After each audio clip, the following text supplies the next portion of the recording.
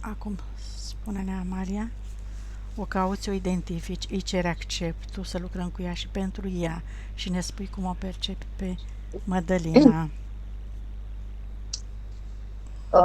Percep în față un palat,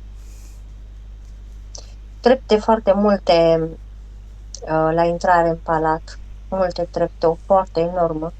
O regăsesc pe ea în fața unui cadavru pe niște lemne, are o coroană pe cap și percep că dă foc la cadavrul respectiv, îl incinerează.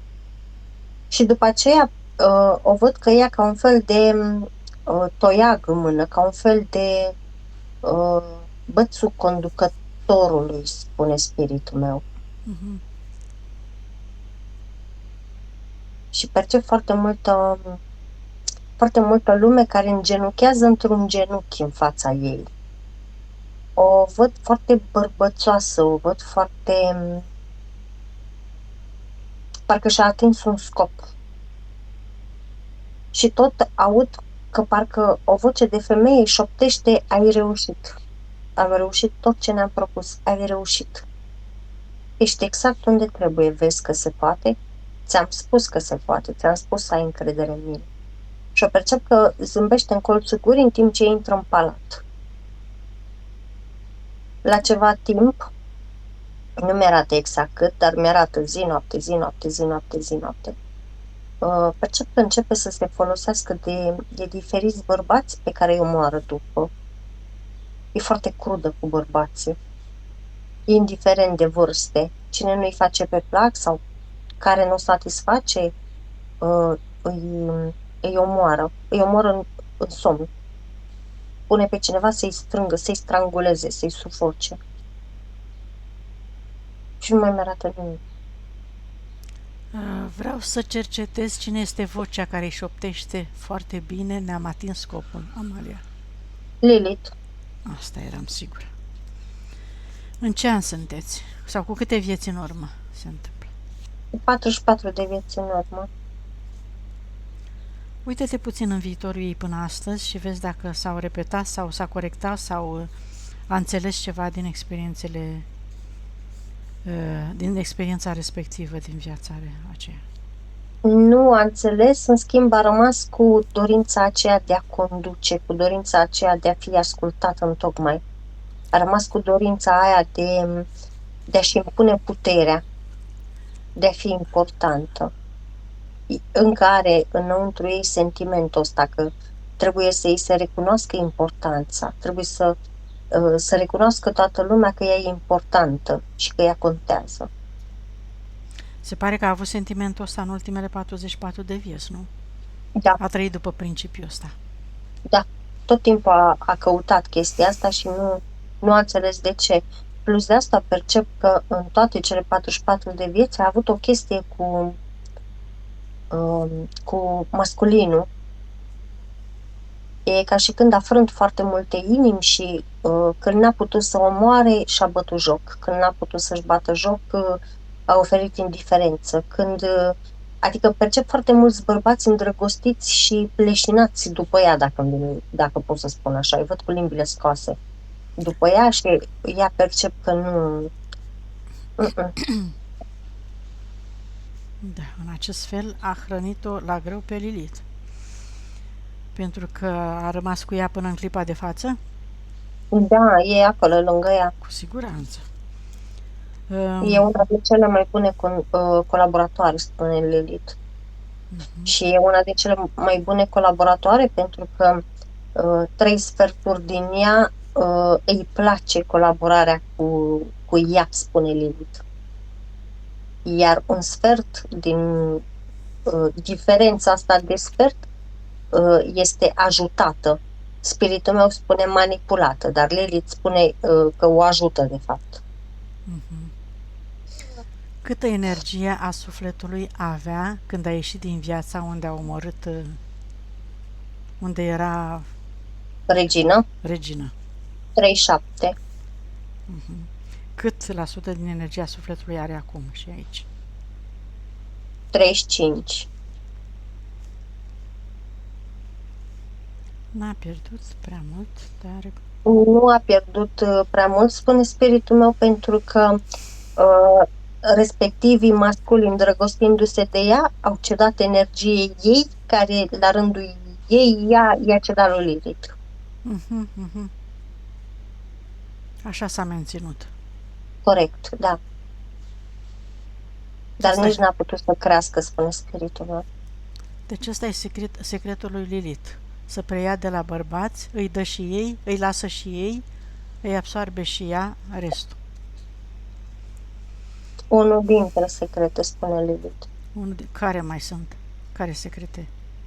Cât timp nu are legătură cu această colaboratoare, nu are de ce să și le dezvăluie, spune. Ok. Mergem aici și acum, Amalia, și chemăm toate contractele. Spune-ne câte vieți are ea pe pământ, Madalina. 212.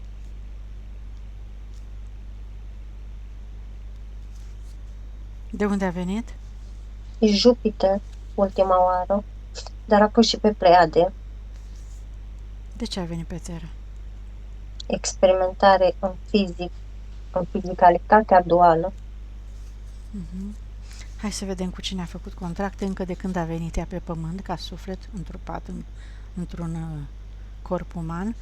Să vedem, Madalina, cu toată puterea ta, în gândul tău, chemi acum să vină în fața voastră toate entitățile, cu toate contractele, punctele, subpunctele, copiile, hologramele, cu toate înțelegere pe care le-ați făcut, mentale, verbale, de orice fel prin care te-au manipulat ca să nu fii mulțumită, ca să nu fii împlinită, ca să faci jocul lor, să aibă ei mai mult beneficiu decât tine, pentru toate suferințele tale, create din neștiință, din necunoaștere, din neînțelegere, pentru că ți-ai pierdut din capacități când ai venit pe Terra în corp, rogi acum să vină în fața voastră absolut toate aceste entități cu toate contractele. Cât număr până la 3 vor veni, pentru că ei sunt supușii tăi, tu ești stăpân în corpul tău și toate câte le spui tu, comenzile tale sunt ferme și au putere de lege pentru ei toți cu care ai colaborat. Oricât de mari sau luminoși ar fi, tot tu ești stăpânul corpului tău și implicit al lor, care ți-au extras energie. 1, 2, 3. Acum se prezintă toți cu toate contractele. Iahve a venit, Lilith e acolo, Dracos a venit, încă 3 draconieni, primul om a venit,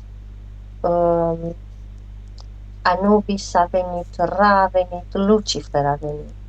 Toți au făcut un contract și în tot se specifică lipsa purității, violență, egoism, nevoie de control, pierderea controlului, curiozitate, dualitate, absență, abstinență, îndepărtare, reciclare, abandonare, trădare, minciună, înșelat, egoism din nou, lipsa facilităților emoționale, durere, suferință, căutare, iar abstinență, singurătate, absurditate, amărăciune, nenorocire,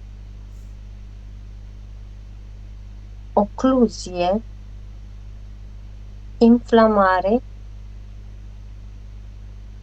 răzbunare, mânie, lipsa confortului, lipsa stabilității.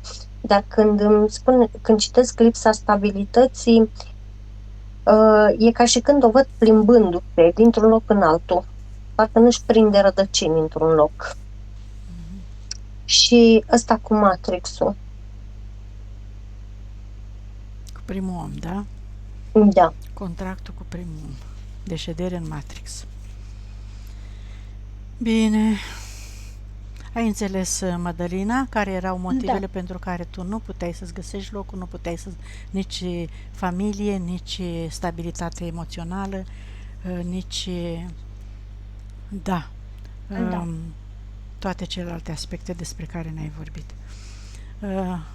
Creăm un foc purificator, Mădălina, îți imaginezi un foc de frecvență corespunzătoare pentru a arde toate aceste contracte, pentru că tu acum ai înțeles că dorești ca toată energia pe care o creezi, pentru că tu ești o creatoare și puternică și liberă, ai venit ca liberă pe pământ și dorești să-ți recuperezi libertatea, puterea, să devii iarăși creatoare și arzi astfel, pentru acest motiv, arzi toate contractele pe care le-ai făcut cu el, din necunoaștere, din înțelegere și așa mai departe, pe care le-ai făcut cu toți aceștia care te-au manipulat și ți-au luat energia. Cât număr până la 3, da? Dai comandă să se arunce toate aceste contracte în focul purificator pentru a se arde acum pentru totdeauna. 1, 2, 3 în focul purificator. Și să iei toată energia de acolo, toată puterea, toate valorile, calitățile tale. Curățate, purificate. Cu specificația și ritualul botezului, spune spiritul meu, îi spune lui Iahve și îi mai spune să destructureze toate cununiile care le-a avut de formă și de fațadă în alte vieți. Foarte bine. Și de botez și de cununii, toate câte au fost religioase la biserică, s-au destructurat, acum s-au șters. Și ți-ai recuperat toată această energie curată. Așa, mai rămas cineva, Amalia? Acum a plecat Lilith, ultima cu specificația că se vor revedea. Mădălina, dorești să o mai reîntâlnești pe Lili, să-i mai dai energia, să împarți cu ea, să o hrănești pe ea și să te manipulezi în legătură cu bărbații, să te păcălească, să ai suferințe, să mai omori bărbați, să mai faci ce ai făcut până acum alături de ea, de această entitate, care este foarte luminoasă și nu-mi vine cuvântul acum. Da. Bun, atunci te pronunți acum, îți pui intenția că refuzi în viitorul tău vreodată, în experiențele tale toate, să mai o chemi, să o mai contactezi, să o mai colaborezi cu ea vreodată. În niciun fel. Refuzi colaborarea cu ea în aici și acum pentru totdeauna și refuzi să mai transmiți eventualilor moștenitori, familiilor tale, generațiilor viitoare, acest program. Parșivă, meschină, astea erau cuvintele pentru Lilith. Așa. Bine. Hai să vedem ce i-au lăsat în corp. Amalia, să o scanezi să vezi ce implanturi, ce programe, ce Are un sigilii. În frunte. Da. De îndepărtare a tot ce înseamnă masculin și sinceritate masculină în preajma ei. Are un alt sigiliu în chakra gâtului care îi împiedică lipsa de exprimare a emoțiilor, dacă face sens. Da. Așa. Mai are unul la inimă, în sensul că ea de fapt nu e statornică în iubire. Asta face sigiliul ăsta de la inimă. Da. Că ea primește iubire, dar nu știe să o recunoască și nu știe să o ofere. Așa cum o primește sau cum și-ar dori celălalt. Mai are un implant la ficat, văd. Unul care îi menține tot timpul senzația asta de a-și muta locul, senzația asta de a vrea mai mult, senzația de a căuta, senzația de a nu se simți statornică, a nu a... Îi împiedică senzația de statornicie, atât în relații cât și în locuri. Bun. Toate astea sunt scoase și arse în focul purificator. Mădălina, acum pentru totdeauna. Da? Ok, da. Are pe spate niște broaște lipite de ea.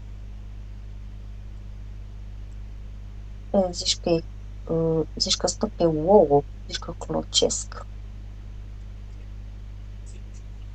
Asta ați venit în urma unor farmece care le-a făcut în a patra viață în urmă, tot așa, pe niște ritualuri de iubire, a legat niște bărbați de ea. Și faptul că stăteau pe ouă, înțeleg, dacă înțeleg eu bine, Amalia, ar mai fi avut șansa în viitor să apeleze la astfel de proceduri. Să se înmulțească aceste proceduri de farmece ca să facă, să dreagă pentru bărbați, da? Influențată de Lilith. Faza e că ce nu putea să cucerească ea, da? Că mai erau și bărbați oarecum mai erau și bărbați care nu erau pe frecvența ei și nu prea îi dădeau importanța pe care ea și-o dorea. Și apela la tertipuri, știa să facă vrăji și farmece, știa să lucreze cu magia. Doar că, cum bine știm și în zilele noastre, vrăjile pe iubire sunt cele mai puternice, cele mai karmice și cele mai periculoase, la urma urmei. Periculoase legături, exact.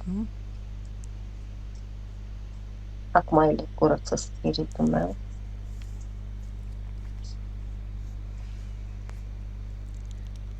4 șerpi pe piciorul stâng. E ca și când a fost cu un picior în groapă. Dar a fost cu un picior în groapă din cauza unei cumpene. Nu mi-arată dacă în viața asta sau în viața precedentă. Dar sigur a avut o cumpănă. A călcat pe teren minat. E ca și când a băgat piciorul ăla într-o bombă.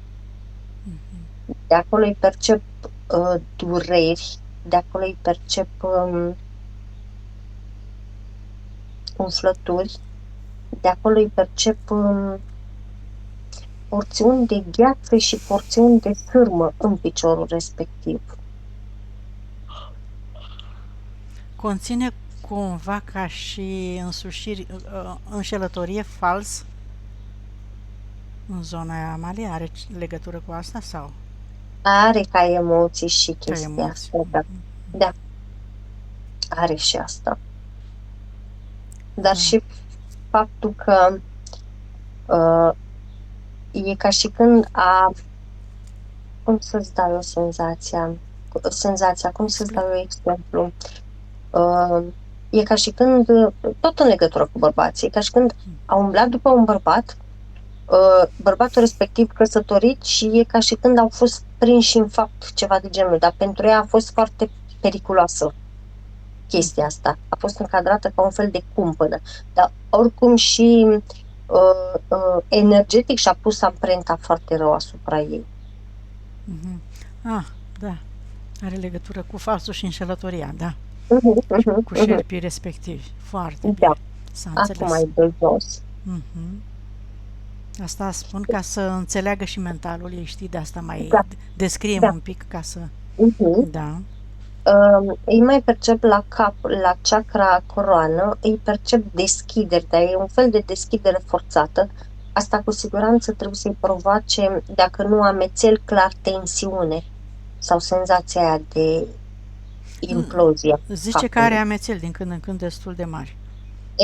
Da. De aici. Da. Îi se deschide forțat. E ca și când parcă câmpul femeilor din familia ei, fiind atât de mult mai ridicat vibrațional ca ea, totodată îi forțează deschidere. Corect. Da. Îi percep blocaj la chakra rădăcină. De aici și senzația că are blocaje financiare, că nu obține ce își dorește și nimic nu o mulțumește. E ca un fel de, zici că e pământ din ăsta cu apă în chakra ei rădăcină.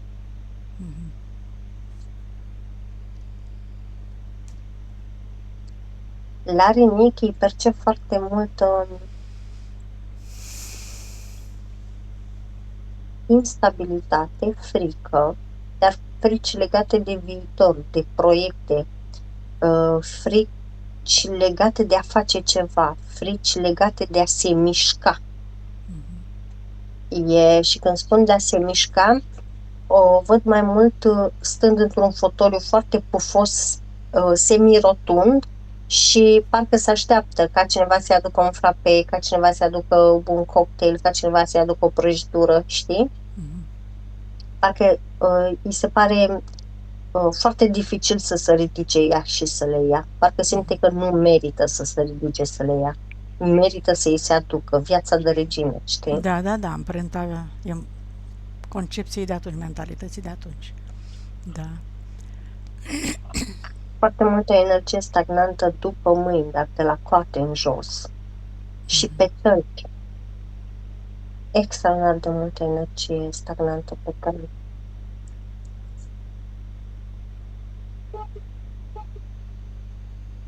Da.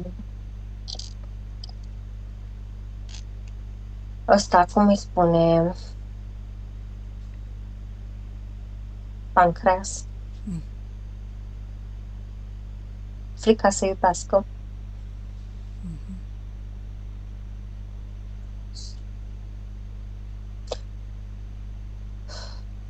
Și neîncredere foarte mult în bilă.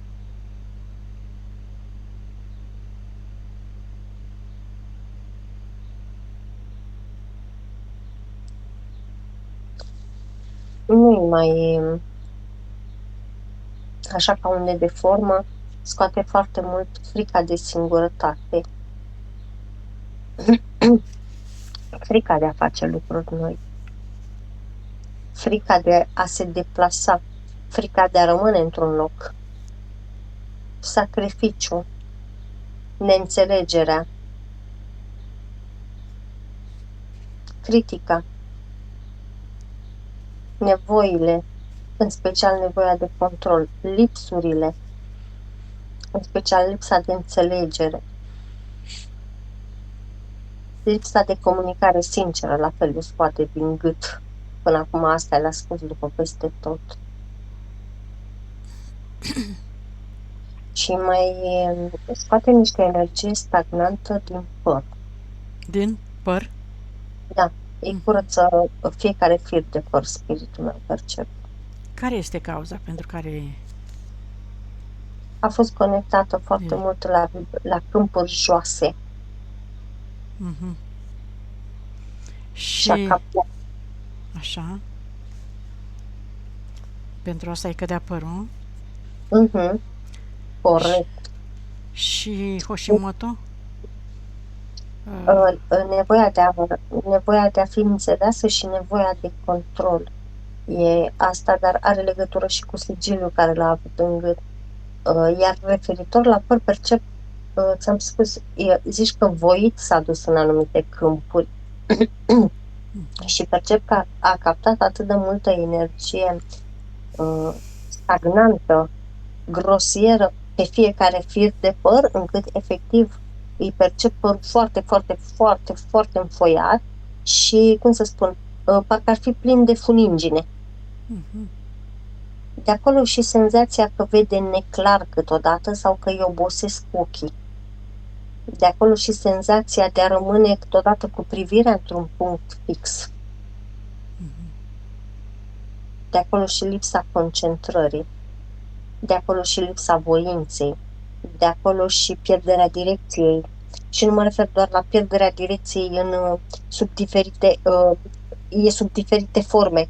E vastă. Pierderea direcției și când vrea să se ducă la a 7-a masă mai în față, pierderea direcției și când pleacă din pat să se ducă la baie, parcă câteodată se clatină, parcă merge așa câteodată în zigzag. De acolo nevoia de a-și găsi echilibru. Să scoată și judecata și grija excesivă a celor din jur, în general. De la firele de păr până la sub tălpi. Atașament. Tot. Regrete, tristețe, neputință, nervozitate, la fel. În special predominant de la firele de păr până jos, pe spate, cu picioare cu tot.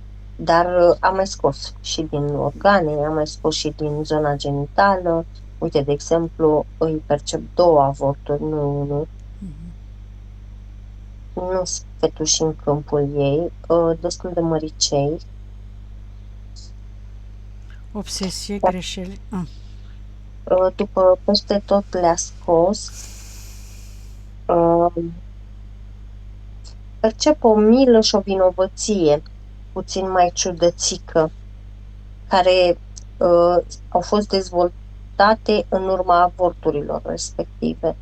Și le scoate din zona abdomenului, din zona genitală și din plămâni.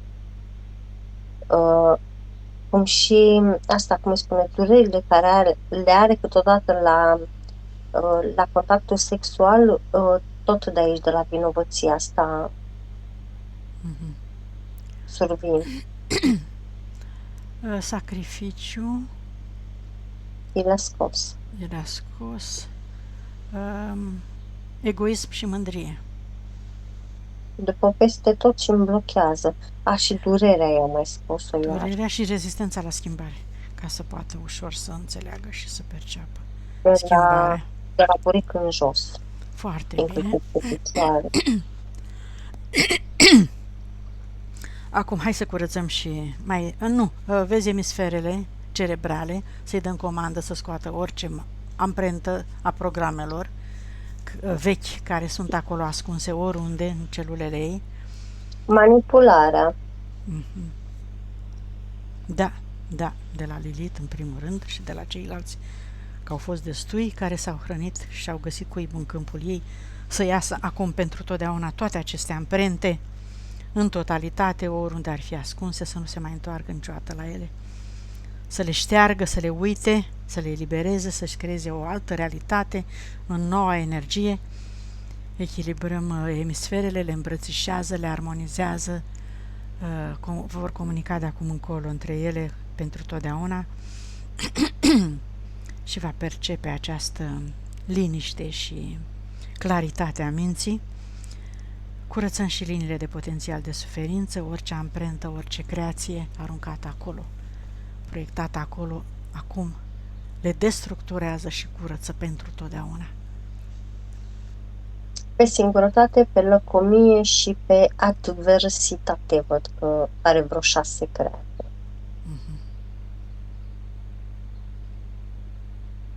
Da. Și referitor la experiența actuală, Mădălina, să-ți propui acum ceea ce-ți doreai tu, o familie stabilă, un partener care să te iubească, să te înțeleagă, un serviciu plăcut pentru tine, compatibil și mulțumitor financiar, benefic, da, din toate punctele de vedere.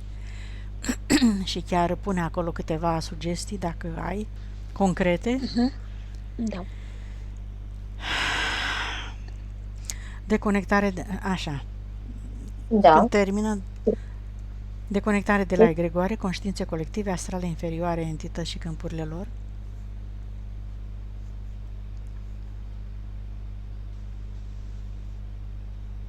Da. Să chemăm persoanele, partenerii ei, din toate care sunt în viață, restul intră probabil la... Vezi dacă a avut în această viață a Maria, a întâlnit partenerii pe care i-a întâlnit în viețile trecute, cei pe care i-a ucis, cei pe care i-a refuzat, pe care i-a torturat și așa mai departe? Da, toți partenerii relațiilor ei au fost de așa natură, tocmai de aceea au și îndepărtat-o sau s-au retras brusc. Adică inițial ei erau atrași de ea, după aceea, conștientizând partea subliminală, să creau dispute și se îndepărtau, nu? Și dacă nu se creau dispute, pur și simplu se îndepărtau, parcă nu mai doreau, nu mai pofteau, nu mai apreciau, pur și simplu parcă simțeau că e un pericol pentru ei și dispăreau. Așa. Dar încă nu i-a întâlnit pe toți care sunt reali. Urma să-i mai întâlnească, probabil și în alte vieți, că iată, în 44 de vieți, probabil că i-a tot întâlnit, așa-i? Bineînțeles că da. Dar și în viața asta urma să mai primească așa ceva, așa oferte. Bineînțeles. Da, ca să o hrănească pe Lilith. Bine, îi chemăm pe toți partenerii, pe toți membrii familiei, toate prieteni, colegi de serviciu, de școală, de când s-a născut până în clipa de față, toate persoanele, vecini, cei cu care a colaborat, a avut conexiuni de orice fel în jurul tău și acum, Mădălina, declari cu toată energia ta acum recuperată că dorești să destructurezi tot către ei, toate cordoanele către ei, cu tot ce le-ai creat tu lor, greșit, neplăcut, disconfort, cu gândul, cu vorba și cu fapta. Facem procesul ăla de iertare, acceptare și eliberare. Toate cordoanele, simpla ta intenție și gândire, chiar dacă nu vizualizezi, ar fi bine să-ți imaginezi așa, cum poți tu în felul tău, este valabil oricum acolo cu Amalia, se rezolvă oricum, dar să înveți și tu să lucrezi, spun asta, pentru mentalul tău. Îți imaginezi că destructurezi cu lumină și ștergi, luminezi toate cordoanele cu ei. Le transmiți informația de așa nu, ci doar gânduri frumoase, pozitive, constructive pentru viață, pentru bine, pentru frumos, pentru creație, nimic împotrivă, nu ne aduce de folos decât dacă nu înțelegem și vrem să experimentăm în beznă. Dar mai puțin probabil când cunoști să mai vrei să experimentezi în beznă, dar în sfârșit asta e un alt capitol. Deci transmiți tuturor să-și caute sufletul, spiritul, să comunice și să vorbească și să ceară ajutor doar lor, nu lumilor necunoscute, nevăzute, pentru a-și trăi experiența în libertate, în frumos și așa cum își doresc ei, pentru binele lor suprem. Și apoi smulgi toate cordoanele, îi eliberezi și te eliberezi, acum pentru totdeauna. Și ori de câte ori se creează un cordon negativ pe frecvență joasă, îți pui intenția de acum să se destructureze, fie că ți amintești și repeți exercițiul sau dai comandă să se facă, mă rog, găsești o modalitate, dar îți pui intenția acum că dorești ca întotdeauna să destructurezi, să rupi orice cordon creat nebenefic pentru tine. Și mergem la transgenerațional. Dacă ai ceva de semnalat, Amalia, spune-ne. Nu. Nimic nu s-a Cu mama și vrea să știe cu mama și cu sora, dacă nu are cordoane. Nu are cordoane cu mama și cu sora. Bun. Partenerii au venit toți, da? Absolut toți. Bine. Cu părinții, iată, cu tatăl, că amândoi trăiesc. Au venit amândoi, da? Ah, bun. Da. Hai să mergem la transgenerațional, faci același lucru, Mădălina, îi chem pe toți, toate familiile pe unde tu ai trecut în toate viețile de când ai venit din sursă, ca suflet curat, frumos, strălucitor și te-ai întrupat pentru experimentare, în toate familiile în care te-ai reîncarnat, acum faci același procedeu. Îi ierți, îi accepti și îi eliberezi. Tot ce ai creat greșit, neplăcut, te-ai supărat la adresa lor cu gândul, cu vorba și cu fapta, destructurezi acum. Tu ai creat, tu poți să decreezi, nimeni altcineva în locul tău. Sigur că da. Asistată de Amalia, procesul merge mult mai repede și mai ușor, în lumină puternică, de vibrație înaltă, se realizează totul. Destructurezi, îi ierți, îi accepti și îi eliberezi acum pentru totdeauna. Și dacă e ceva de semnalat, Amalia, poți să ne spui? Nu percep nimic. Ok. Ba chiar percep că s-a mai lucrat pe transgenerațional asta. A ajutat-o mama și sora, se pare. Da, foarte bine. Toate programele pe care le-a preluat de la strămoși, alege acum să le anihileze, să le destructureze și refuză să predea mai departe acele programe pentru că le-a destructurat tot cu amprentă. Să-și caute spiritul și sufletul lor, să-și caute valorile și să trăiască în libertate și armonie. A smuls cordoanele, le-a destructurat și merge mai departe. Chemăm spiritul. Ei este acolo? Da, a venit. Din ce dimensiune? Din 6.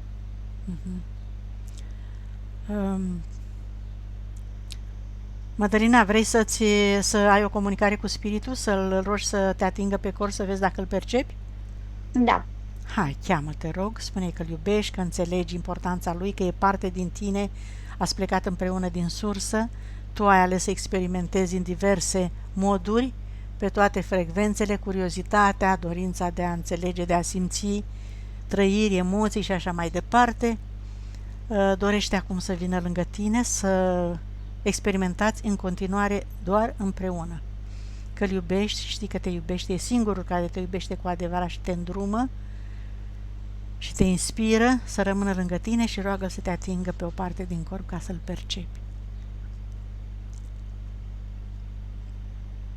Dacă îl percepi, dacă nu, nu e nicio problemă, probabil cu timpul, pe măsură ce tu te cureți și conștientizezi toată informația, îl vei percepe, îl vei simți. La genunchi am avut așa o senzație. La genunchi și la umărul drept. Foarte bine. Ai simțit și la umărul drept? Nu, la umăr. Foarte bine. Acum facem conexiunea cu energia pură a Pământului. Mădălina, îți imaginezi din centrul tălpilor tale 2 fascicule de energie pură, strălucitoare, care cresc, se adâncesc în centrul Pământului și te conectezi cu energia pură, acea sferă luminoasă de energie care menține Pământul cu magnetismul ei și creează energia pură pe care noi o absorbim, cu care noi ne conectăm și prin care noi ne hrănim și ne simțim stabilitatea și puterea și urcă prin picioarele tale în tot corpul tău până în creștet și te umpli de această energie în toate celulele tale, în toate câmpurile tale, de această frecvență iubitoare și mulțumești Pământului cu iubire și recunoștință pentru tot ce ți-a oferit în vederea experimentării tale de-a lungul tuturor vieților. Și acum din creștetul capului, un alt fascicul din energia ta se revarsă în afară și atrage acea frecvență pe care ai venit tu, și o amintești. Frecvența sursei pure de unde ai venit, cu care te conectezi în totalitate acum. Și îți cauți matricea originală cu toate valorile și calitățile, capacitățile tale, puterea ta, libertatea ta, iubirea ta supremă, necondiționată, adevărată, conform legilor Universului. Și te întorci înapoi în corpul tău, amplifici aceste valori ale tale și energia și iubirea ta, activezi toate memoriile și puterea inimii prin care poți să iubești și te simți iubită, primești iubirea adevărată și atragi persoane benefice, compatibile pentru tine. Accepti și integrezi energia masculină cu energia feminină.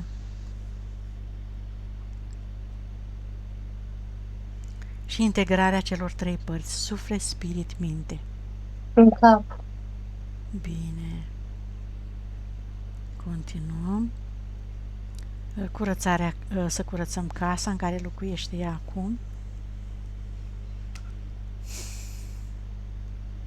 Un portal și îl închide. Îl închide, da. Spune-mi, Amalia, dacă era conectată cu sursa și cu energia pură a Pământului? Înainte? Nu era conectată. Nici n-avea cum. Cu atâtea contracte și atâția, iute, toate cele care erau în univers erau. Așa. Robinetul abundenței, hai să vedem cum stă. Ce perspective are. Pentru ea stă bine. Nu-i percep nimic în neregulă. Că nu e cât vrea ea, da, nu e cât vrea, dar spiritul ei spune că nici nu face acțiunea care îi place cu adevărat, ca să poată să fie cât vrea ea. Cât vroia ea nu este și nu făcea acțiuni de care era necesar ca să se amplifice, da. Da, dar spiritul ei spune că nu, să fim realiști, nu face, că nici în momentul ăsta nu face, îi trebuie acțiune, acțiunea nu se face doar mental. E valabil și noua energie, sigur că da, să facă acțiuni și să fie mai activă și să lucreze și cu mentalul, cu imaginația.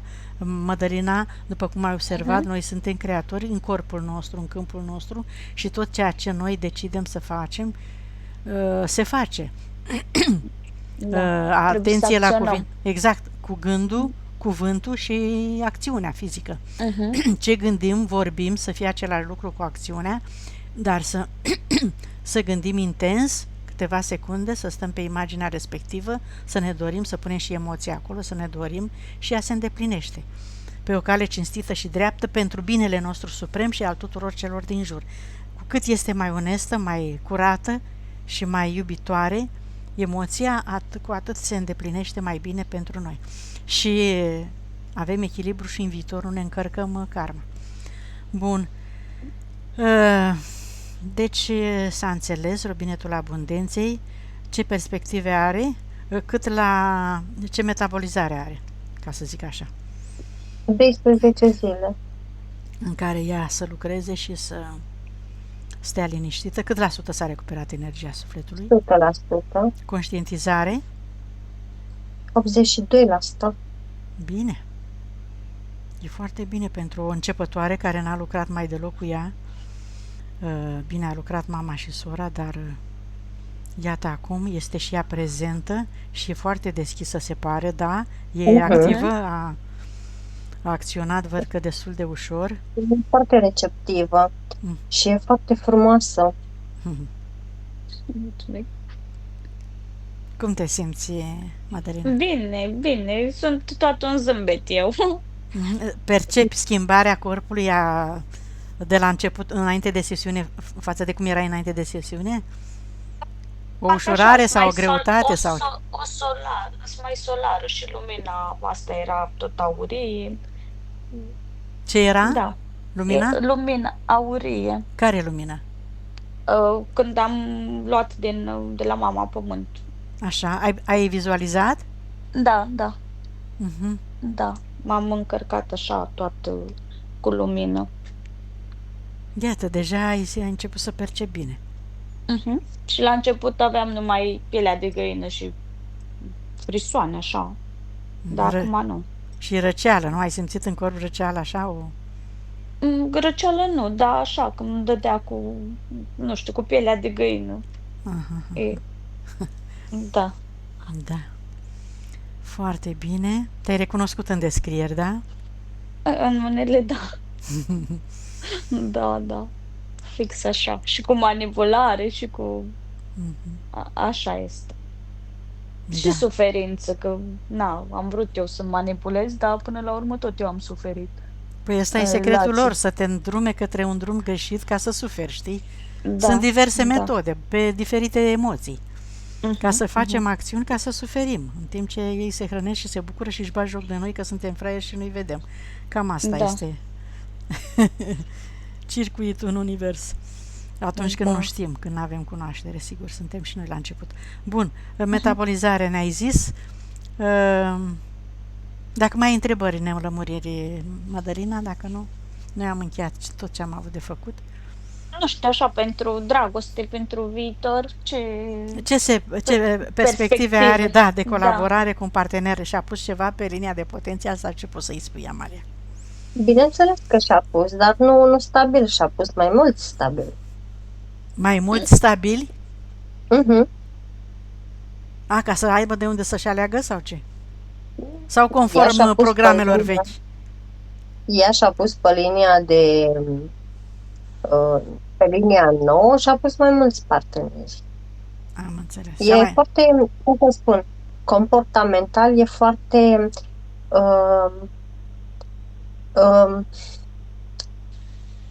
pretențioasă. Da. Da. Bine. Acum, ai vreun partener, Madalina, actual, ca să vedem compatibilitatea? Nu pot să zic că e partener, nu. Ok, deci nu te prea interesează, văd. Da. Adică m-ar interesa, dar nu-i partener, e prieten deocamdată. Ok. Da. Locul de muncă, parcă ai zis. Știam eu ceva Da, de așa. compatibilitate. Compatibilitate cu locul de muncă. Da. Mai mi-aminteam. 7-7. Ce zonă? Și-a propus vreo zonă? Amalia, îi se potrivește vreo zonă din ce ne-a spus? Cu Dacă nici nu mai știu ce ne-a spus. Eu spune Mădălina. Salonul de beauty? Ah, sau? salon, un salon de beauty. E benefic 50 Franța, 50 Italia. Ah, deci ori în Franța, ori în Italia, oriunde poate să-și deschidă, da? Depinde de ea unde îi place ei mai mult ca zonă. Tocmai de aceea e 50, spune spiritul ei. Mai ales că acum e în perioada de formare și nu poate să-i dea un pronostic. Mhm, Depinde în corect. ce energie reușește să... Nici ea nu e decisă momentan. Păi dacă era Spiritul foarte ei spune tulburată că- și de-abia de acum încolo începe să se limpezească. Exact. Spiritul ei spune că dorința trebuie să vină din interiorul ei. Trebuie să se asculte puțin ca să-și dea seama de ce anume vrea să facă. De făcut trebuie să facă, pentru că ea vrea lux și bogăție, iar luxul și bogăția vine făcute pe cu propriile ei mâini. Nu o să vină nimeni să-i pună lingouri în mână. Se încarcă karmic dacă mai face lucrul ăsta. Și vine și cu mai multă ușurință când spiritul vede că tu te străduiești, nu te părăsește niciodată și din potrivă îți deschide căi, te inspiră dimineața când te trezești, percepi ce să faci și așa mai departe. Bun, am înțeles foarte bine. Hai să vedem dacă ne dai acceptul de publicare. Mădălina, ca să închidem aici. Da. Bine, imediat închidem. Mulțumesc. Mulțumesc și eu.